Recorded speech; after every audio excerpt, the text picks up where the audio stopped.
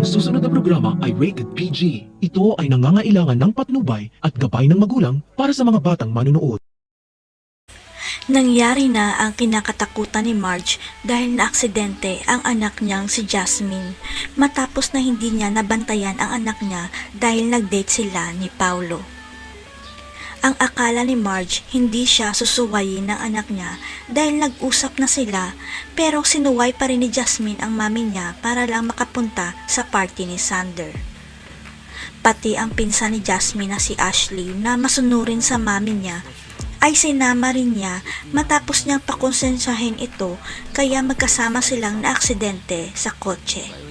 Pero si Marge ang sinisisi ng lahat dahil sa sobra niyang paghihigpit kay Jasmine, kaya nagawa nitong tumakas na naging dahilan kaya naaksidente silang magpinsan.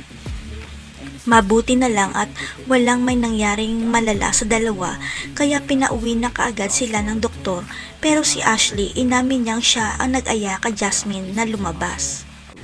Kaya si Ashley ang sinisisi at pinagalitan ni Marge dahil naaksidente ang anak niya. Ang hindi alam ni Marge, prinotektahan lang ni Ashley si Jasmine sa galit ng mami niya. Hanggang sa lumalabas na ang mga senyales na dulot ng aksidente ni Jasmine dahil may lumabas na dugo sa ilong niya, pero itinago niya ito para wag mag-alala si Marge. Hanggang sa hindi na makayanan pa ni Jasmine ang nararamdaman niya, kaya nahilo siya at nawala ng malay, kaya dali-dali siyang isinugod sa pinakamalapit na ospital. Dito na mangangailangan ng dugo si Jasmine, kaya si Marge ang magdodonate para sa anak niya. Ang problema, hindi pala nagmatch ang dugo nilang mag-ina.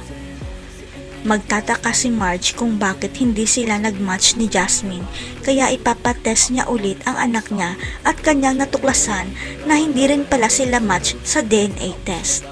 Biglang gumuho ang mundo ni Marge kung paano nangyari ito, at isa pang problema niya ay hindi pa rin nagigising ang anak niya at hindi nila alam kung makakaligtas pa ito.